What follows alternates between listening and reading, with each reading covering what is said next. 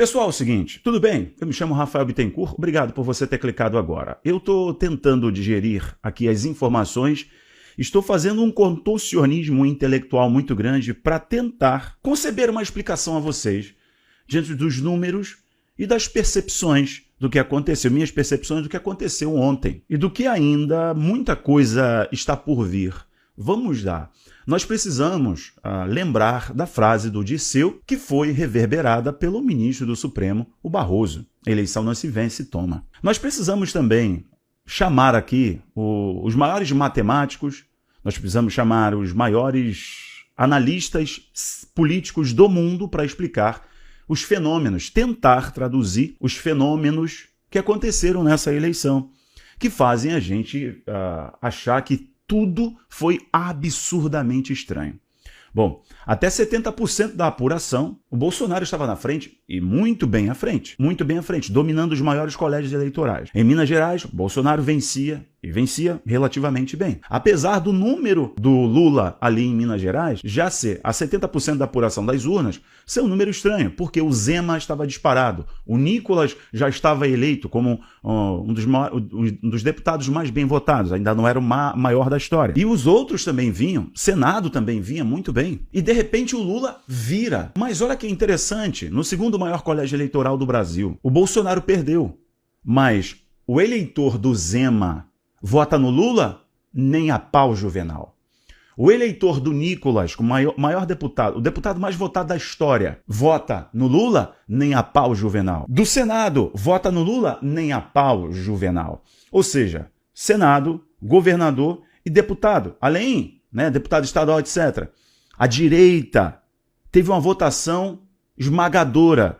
E como eles votaram para presidente no socialista, no criador do Fórum de São Paulo, no homem aliado às ditaduras. Isso daqui é absurdo. Nós precisamos de um cientista político com muita expertise em mágica, não é em análise numérica ou tendência ideológica, política, em mágica. Ele precisa ter uma pós em Harvard para mágica, para explicar esse fenômeno aqui. Outro fenômeno interessante que é São Paulo. A eleição terminou com Lula com 6 milhões de votos à frente, quase 6 milhões aproximadamente de votos à frente do presidente Bolsonaro, que para mim é estarrecedor. Mas olha São Paulo. Bolsonaro em São Paulo ele teve 12.239.000 votos. Olha, São Paulo é um outro fenômeno aqui.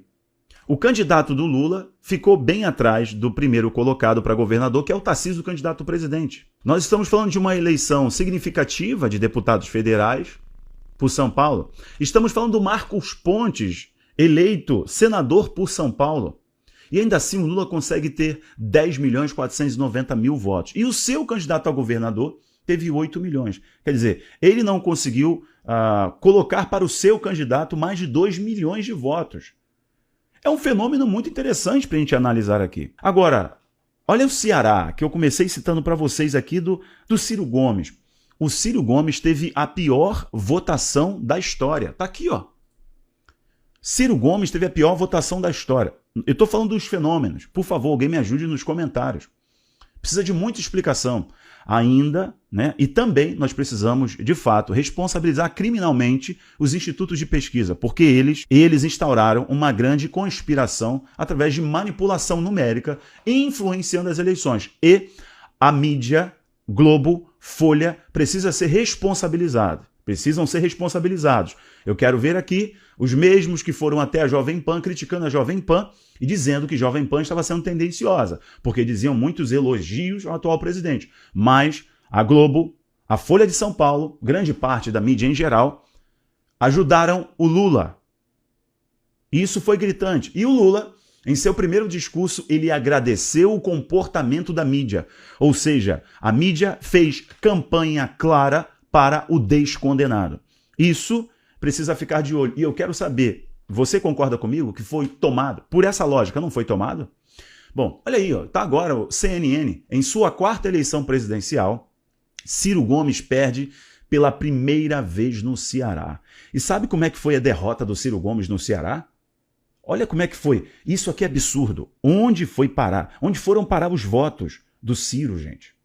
Onde foram parar os votos do Ciro? Quer ver? Olha só.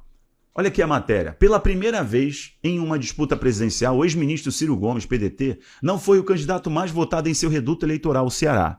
Essa foi a quarta vez que o petista disputou o cargo. Ao contrário do que aconteceu nas três primeiras, em 98, 2002 e 2018, Ciro terminou na terceira posição e venceu em seu estado.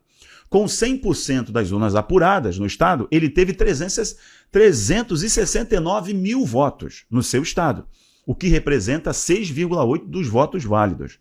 Olha agora, no Ceará, Lula teve 65% dos votos e Bolsonaro teve 25%. Olha as eleições de 2018, você consegue ver aqui o Ciro Gomes, quanto que ele teve no Ceará. No Ceará, ele teve 1.998.000. Quanto que o Ciro teve agora? 369 mil. Gente, onde foi parar? Onde foi parar? 1 milhão, quase 1 milhão e 300, quase 1 milhão e 500 mil votos do Ciro. Isso tudo migrou para o Lula? No seu próprio reduto? Estranho, não? Vamos falar de coisas boas, então? Presta atenção no que eu vou mostrar para você agora. A esquerda derreteu. Olha os números que eu trago para você. Que esses números aqui são motivos de celebração e de festa. É nisso aqui que a gente tem que se apoiar. O Bolsonaro é um fenômeno que desbancou a hegemonia do MDB no Senado desde a redemocratização. Desde 1986. Desde 1986. Havia uma hegemonia no Senado. Inclusive, o senador eleito pelo presidente pode ser o presidente do Senado. Agora, já. Olha o que Bolsonaro fez. Isso para mim também é inexplicável. Olha só. O Bolsonaro quebrou a hegemonia de dominância no Senado. O presidente elegeu, com seu apoio direto, 14 senadores. É quase o dobro do que Lula elegeu. Lula elegeu 8, Bolsonaro elegeu 14. Logo, a composição do Senado agora, o presidente terá a maioria e provavelmente a presidência da casa. Ele elegeu a Damares, ele elegeu o Marcos Pontes, enfim, a Magno Malta, quebrou a hegemonia do Senado. Ou seja, meus amigos, desespero tomou conta dessa gente. Olha o que o Bolsonaro fez entre os deputados. A maior bancada dos deputados, a maior composição da Câmara dos Deputados será da direita. O PL teve uma votação expressiva e uma vitória maiúscula. Ou seja, o presidente ele elegeu 99 e Bolsonaro tem a maioria entre os 513 deputados. Ou seja, os projetos andam, as reformas vão andar. A cobrança e a fiscalização às atrocidades do Supremo vão andar por causa do Senado. Vocês estão entendendo o que aconteceu aqui? Estão entendendo o que aconteceu? O Bolsonaro, ele sinalizou que nós viramos esse país da esquerda para a direita. Tomamos a Câmara dos Deputados, tomamos o Senado. Elegemos, olha o que o presidente fez. Eu preciso ler para vocês aqui. Olha só, o Alexandre Gacilli disse o seguinte: quem vota no Mourão, no Onyx Lorenzoni, no Astronauta, no Tarcísio, no Rogério Marinho, no Magno Malta, na Damares, na Bia, na Zambelli, no Gaia, na Tereza Cristina, no Pazuello, que entrou e muito bem, no Jorginho Melo, no Seif, no Dr. Hiran, no Marcos Rogério, no Zema, no Moro e no Deltan. E no final, no fim, então, vota 13 para presidente. Olha a informação que o presidente deixou aqui para a gente, além de mostrar para você que ele está de cabeça erguida, eu tenho certeza que ele está muito chateado, mas de cabeça erguida, olhando a longo prazo, que é onde vocês devem focar. A longo prazo, nós quebramos a engrenagem desse país, da dominância da esquerda. Acabou, gente. Acabou a dominância da esquerda no Senado e na Câmara. Olha o que o presidente diz. Elegemos, em primeiro turno, 8 governadores. E vamos eleger mais 8 governadores no segundo turno. Meus amigos, nós temos a maioria do território brasileiro agora. Temos 60%.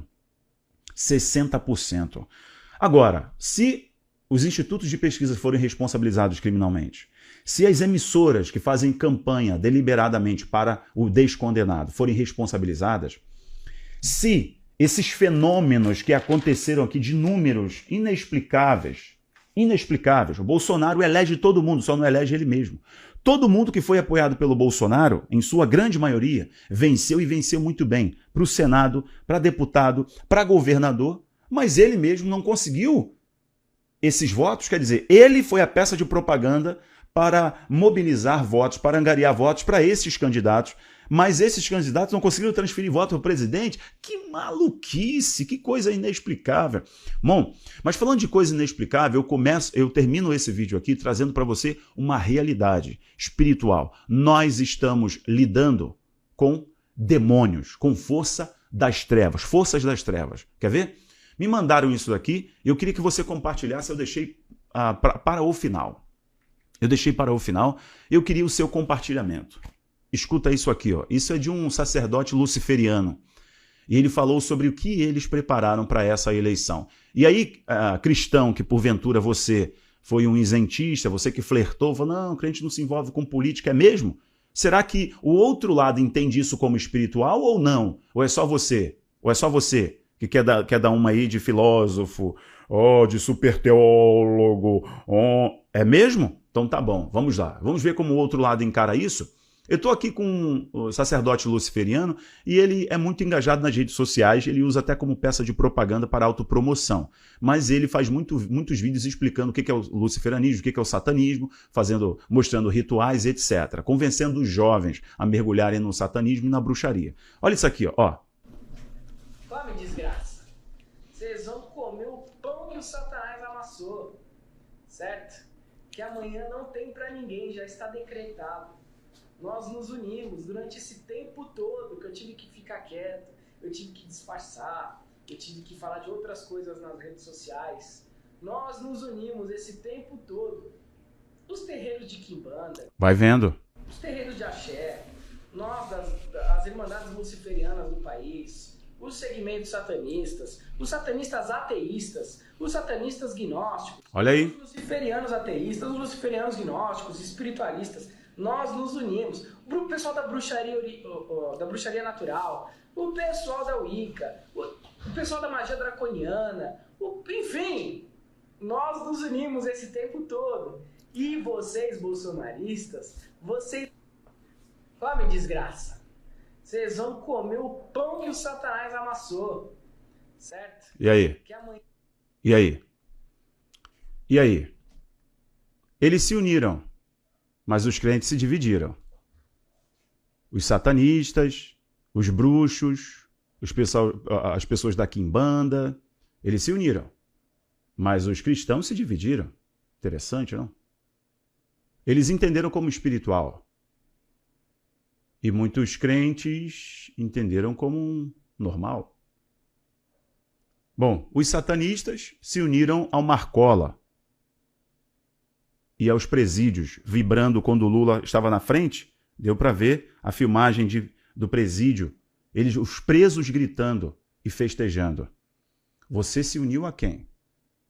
A bruxaria, ao satanismo, dizendo que você vai comer o pão que o capeta amassou? Você se uniu ao Marcola? Ou você se uniu à igreja? Estava fazendo jejum e oração e ainda assim você estava criticando.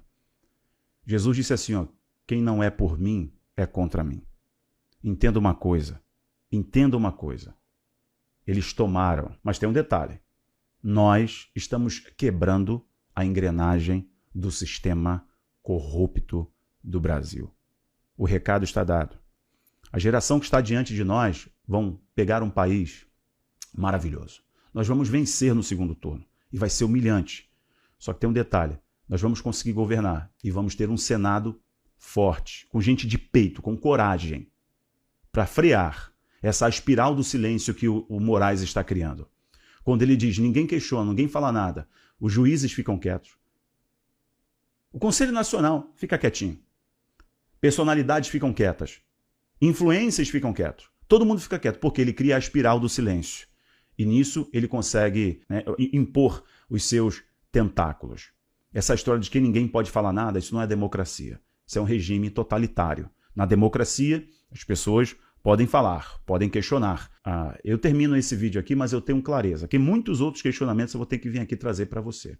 Eu estou trazendo questionamentos e afirmações. E as minhas afirmações são: temos a Câmara dos Deputados, quebramos a hegemonia no Senado, e a minha outra afirmação é: algo absurdo aconteceu nessa eleição. A minha outra afirmação é: a mídia precisa ser responsabilizada e os institutos de pesquisa precisam ser responsabilizados criminalmente. E eu quero ver quem vai ter coragem agora para acionar a justiça, para que eles fechem esses institutos. Até o The New York Times reconheceu que Bolsonaro estava certo e os institutos de pesquisa falharam. Falharam e de modo absurdo. Foi feio o modo como eles erraram.